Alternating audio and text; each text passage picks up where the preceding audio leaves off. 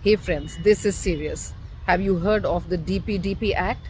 I'm sure many of you haven't heard. And in fact, most of you haven't heard. So, DPDP Act is Digital Privacy Data Protection Act. Why is it serious? Because it not only infringes upon your right to information, which is your right to know about people, talk to people, tell them about it, make videos that you make, which are informative videos, or even try to quote someone when you talk to somebody. Secondly, it has a huge penalty if you flout the law, and the penalty is just ridiculous, it's unimaginable. So, to know more about this act, do listen to the experts. Now, the way we look at it, the data protection law is really one piece of legislation that will centralize control over all personal data. And any government that is in power at the center, today it's the BJP government, tomorrow it might be some other party, but whoever comes in power at the center will be able to completely control personal data. This law essentially says that the government will be able to call upon any information that they want under the law. There are no guardrails, and it amends the Right to Information law, which was passed in the year 2005 to weaken the law. So section 44(3) of the Data Protection Act basically says that the Right to Information law stands amended. So when the data protection law comes into force, the RTI law will be amended. And the amendment is basically to say that under section 81J, now nobody can access any personal information.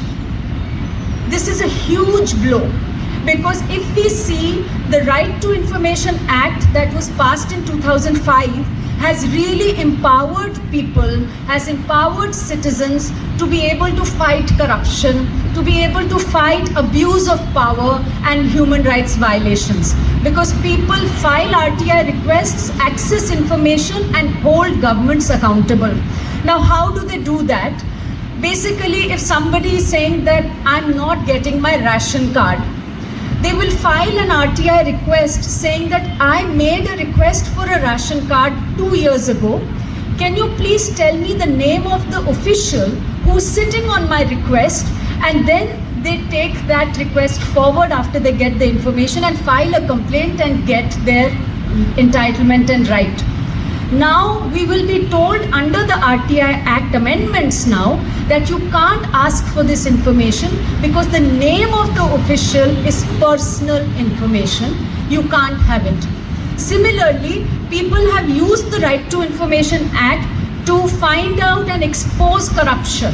So imagine that there is a road outside that is constructed and there is one drain and it gets spoiled. So journalists, citizens ask for information. They say, can you give us the name of the contractor who made the road?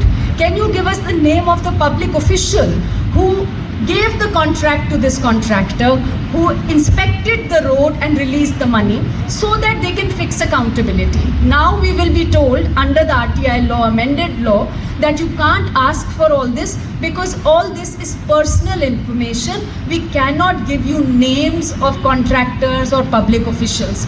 So basically, the whole purpose of the RTI law to demand accountability gets completely finished if this amendment comes into force, which it will when the government rolls out the data protection law. Now, we have been saying that there was no need to amend the Right to Information Act if a data protection law was to be made, because under section 81J of the original RTI Act, already there was a balancing between the right to privacy and the right to information. Because it basically said that you can't have personal information. The RTI law said that we could not have personal information if it causes an unwarranted invasion of the privacy of any individual. So if I went and under the RTI law, I asked for somebody's health records, I could not get it under Section 81J. If information has nothing to do with public activity or interest, then also we cannot get it. But now the law has been changed to say no personal information can be obtained. So this is going to completely destroy the accountability framework that was built into the RTI law. We know so many investigative journalists who have done fantastic work using the right to information law to access information and expose wrongdoing. We know so many citizens who have exposed. Ever since the law came in 2005, I can't think of any big corruption scandal that has broken without the RTI law being used. And how people have done it is by filing RTI applications. Even in the electoral bonds case, finally the Supreme Court said that the names of donors people must have. They have a right to know. Now we will be told that this is all personal information. You cannot have this kind of information.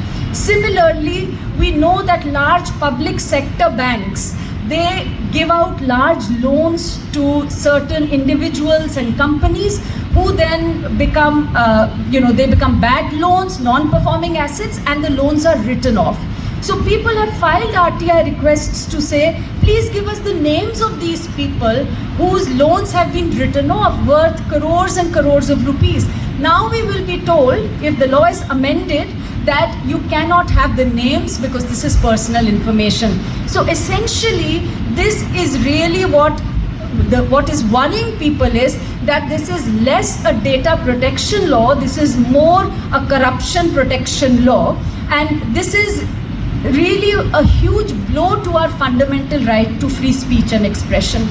Now, we'll talk in more detail about it, both Apar and Amrita will do it, but I just want to flag one other very important thing that we need to engage with in the data protection law.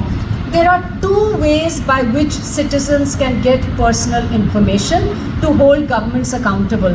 One is through the RTI law, and the other is if we go out and we do a fact finding or if we do a survey where we can collect people's details. There are journalists who go out, if there is a crime, they actually do a fact finding and they write down the names of culprits or victims, etc. This law is saying that anyone who collects any personal information becomes a data fiduciary. So that means almost everyone sitting over here will become a data fiduciary under the data protection law. And the data fiduciary has to make sure, they have obligations, they have to make sure that they have to take consent, they have to get a form signed from every person whose data they are collecting or processing, and get consent, purpose and time consent. Now, if this is not done, then a complaint can be raised against them. So the government can file a complaint, any individual can file a complaint, and the complaint will go to a data protection board. It's like a body, regulatory body that is set up under the data protection law. And this data protection board is completely controlled by the central government.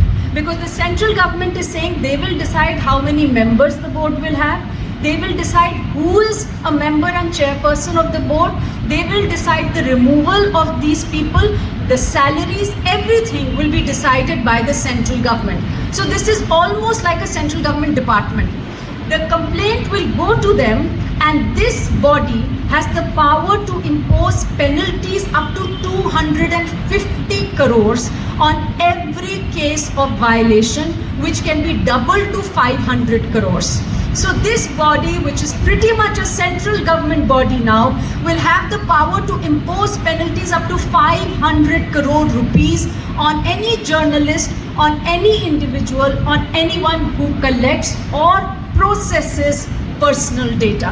So this is a draconian law. What we are seeing is the potential to weaponize this law to actually stop any dissenting voices, any kind of critical reportage, because there is no exemption for journalists. Unlike other laws in the world, there is no exemption for journalists under this law. But the final catch is that the central government under this law has the power to decide who is and who is not a data fiduciary. So the central government will decide whether UIDAI, which has all our Aadhaar data, is exempt under the law. They will have the power to decide whether any big company is exempt from various provisions of this law and who is covered. So the fear is very real that anyone who dares to say anything which is inconvenient to this ruling party, whoever that might be, they could be targeted under this law, and this will be a huge blow to media freedom, to a free press, and to the citizens of India who will A, lose the right to information, and B, under section 36 of the law will have to give information to the central government any time that it summons any information.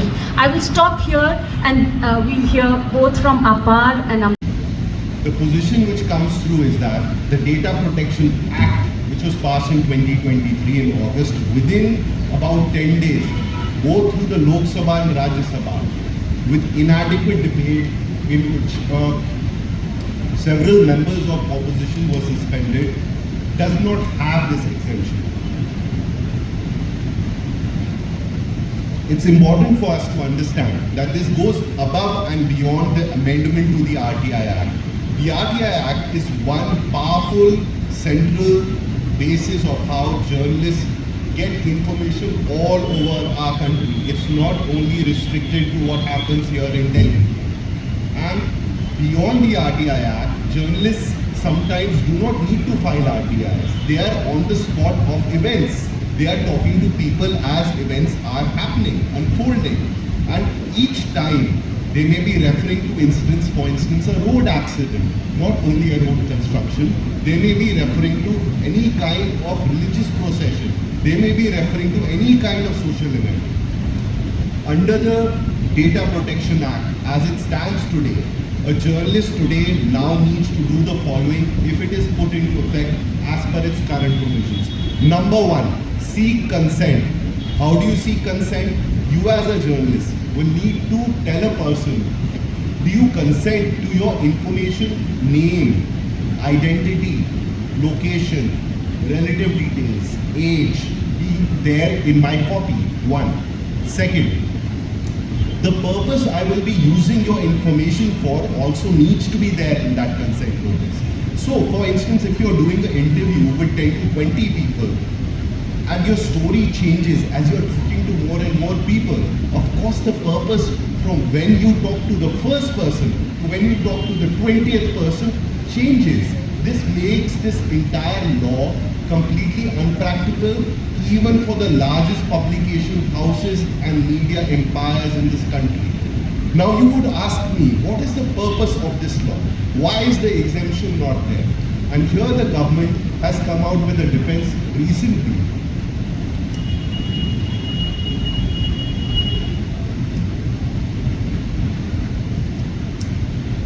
Excuse me, I'm recovering from the Delhi flu, if we can call it the Delhi flu.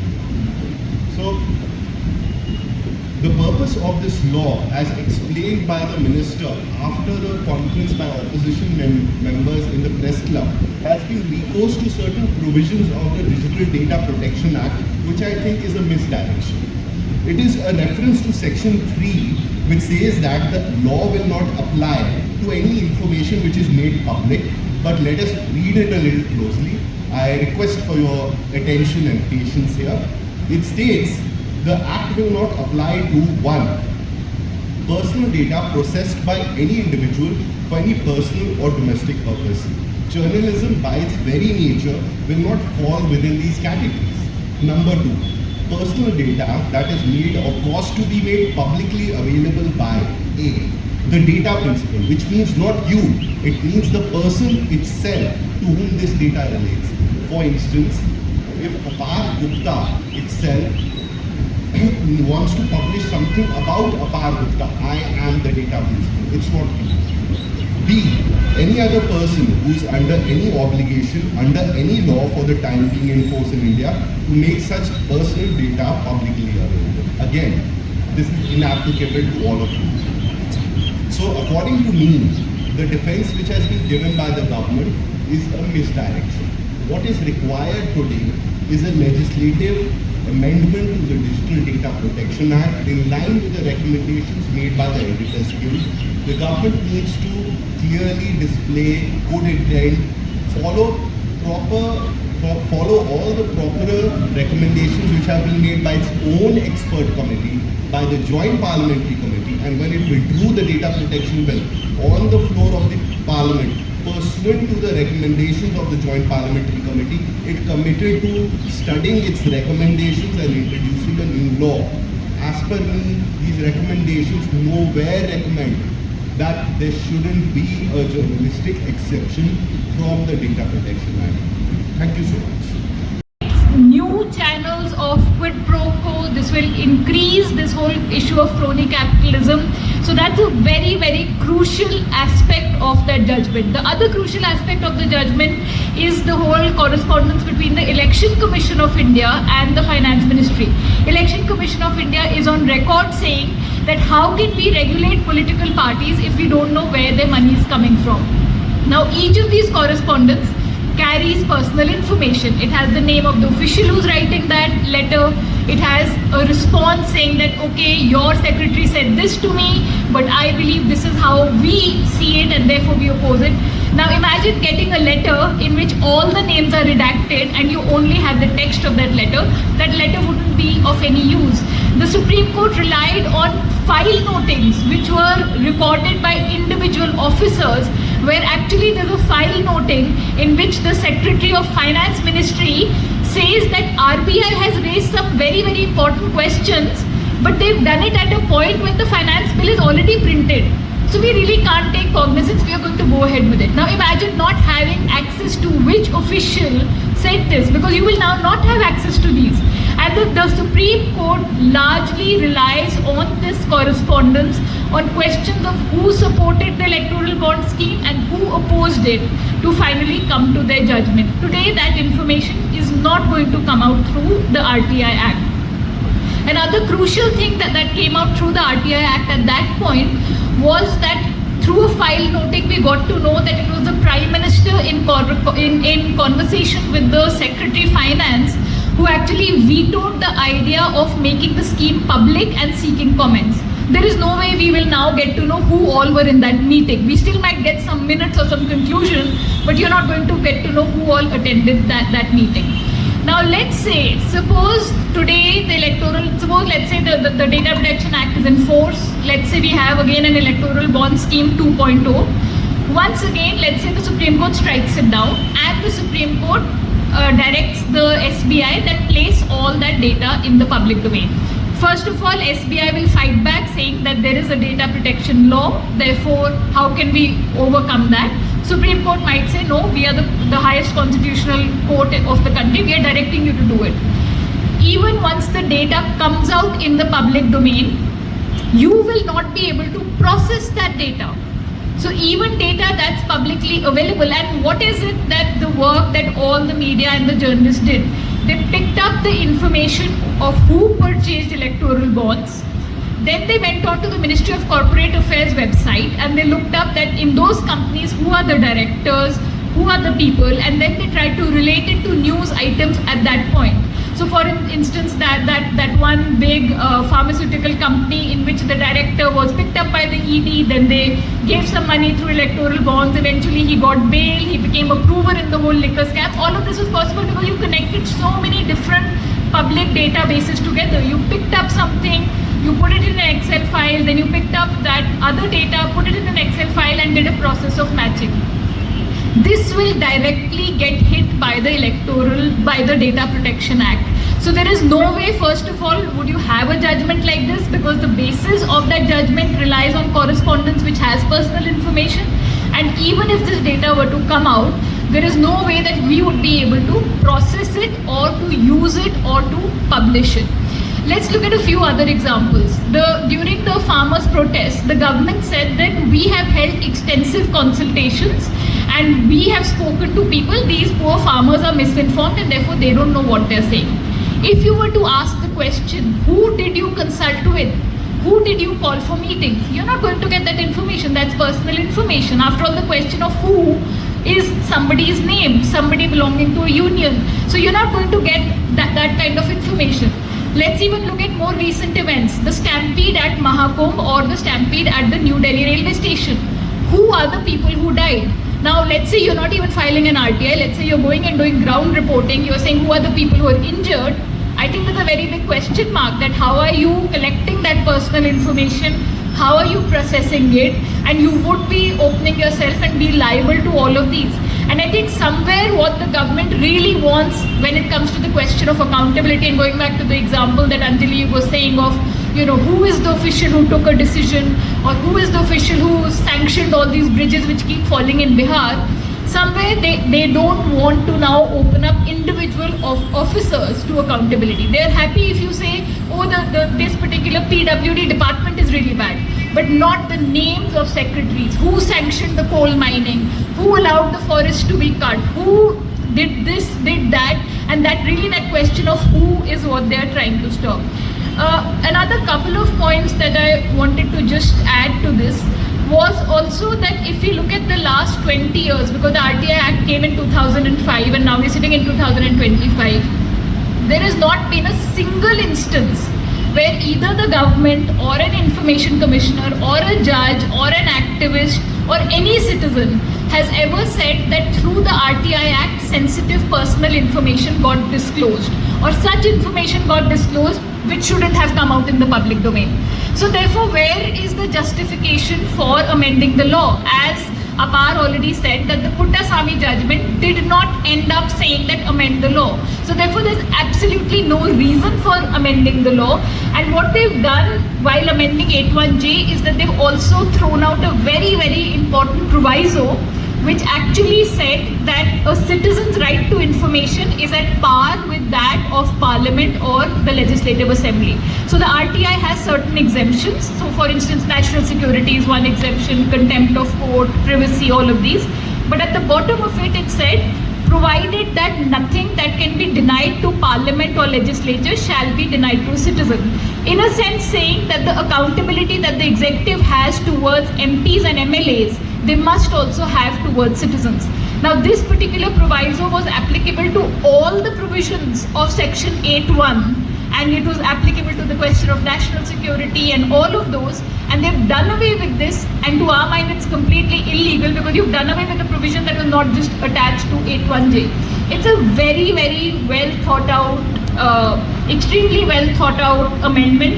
I think it's questions like who donated to PM Cares, who is authorizing PM Cares expenditure during Model Code of Conduct, where is that money going, who are the beneficiaries. I think these are the questions that the government does not want should come out, and that's why there's a very, very clear attack on this. I just wanted to read out one or two definitions, because yesterday we were doing a webinar and there were some journalists who had logged in, and there was a couple of them were saying, how can you say that it's applicable to us? So I'll just read out two definitions. So who is a data fiduciary? Data fiduciary means any person who alone or in conjunction with others determines the purpose and means of processing of data. So which means it's a person. So first of all, data protection is not just applicable to large companies or just to your media houses or to NGOs or anything. It will be applicable on each of us. Now the definition of person includes an individual. So literally, if the two of us get together and say, okay, let's go there, one basti is getting demolished, let's go and write down the names of people who haven't got rehabilitation, two of us together become a data fiduciary. Processing means any kind of partly or wholly automated operation that you run on the data, and automated can simply mean if you tell Excel to do a summation. If you tell Excel to do alphabet numbering if you tell Excel to do a pivot table. Frankly, if you take a PDF and convert it into a searchable form, that also will get covered under processing. So really, it's quite clear that it's really an attack. I think it's an attack on anyone who they see as even citizen journalists or people who we now see on YouTube, etc., who turn on their camera, start telling you what's happening somewhere, collecting data. And I think it's quite clear that if we just look at the context, that whether political, whether business news, whether sports, whether even entertainment, whether even local reporting, essentially what the Act sort of mandates us is we take permission from the person on whom we are reporting, we take permission on what we are reporting and how the data will be used, which means nothing other than being their PR agent, because they will dictate what you can write, how you can write, and the direction it will be written in. So the essence of the Act is to convert every journalist into a PR agent of the person they are reporting on, thereby killing any effort of independent journalism. The irony, or the very sad irony here, is that this was done at the same time when the government, soon after the Data Protection Act was passed, or around that same time, they sought to also convert their own PR agency into a fact-checking agency. The PIB, which is the mandate, is that they are a PR agency of governments, efforts, policies, was given inordinate power to be the sole arbiter of what is correct, what is fake, what is misleading, what is false, with powers to order content takedown. Obviously, we challenge that along with other organizations, and thankfully the Bombay High Court has stayed that. But the government is hell-bent on converting its PR agency into a regulatory body. At the same time, it is hell-bent on converting every journalist into a PR agent, which is what we need to fight out. Journalistic exception is important because this is also violation of our fundamental right to occupation. Article 19(1)(g), I think, gives everybody a right to occupation. If our right to occupation is taken away, this is a clear breach of our fundamental rights. At the same time, not to mention the citizens' right to know. 19(1)(a) itself has been taken away because as journalists we are supposed to report on information that the so-called data principle does not want us to publish. We become data fiduciary. Our hands have been cut down to report on data principles. Therefore, that information that should be out in public domain will not be out, and people's right to know is being violated. So on two counts, 19(1) is being violated. It is against basic structure of the Constitution. It is against our right to work. It is converting us into a PR agents, and we have to, of course, work with the ministry to change it, to ensure that these exceptions are part of the draft rules. And of course, if that doesn't happen, then we have to pursue other legal options.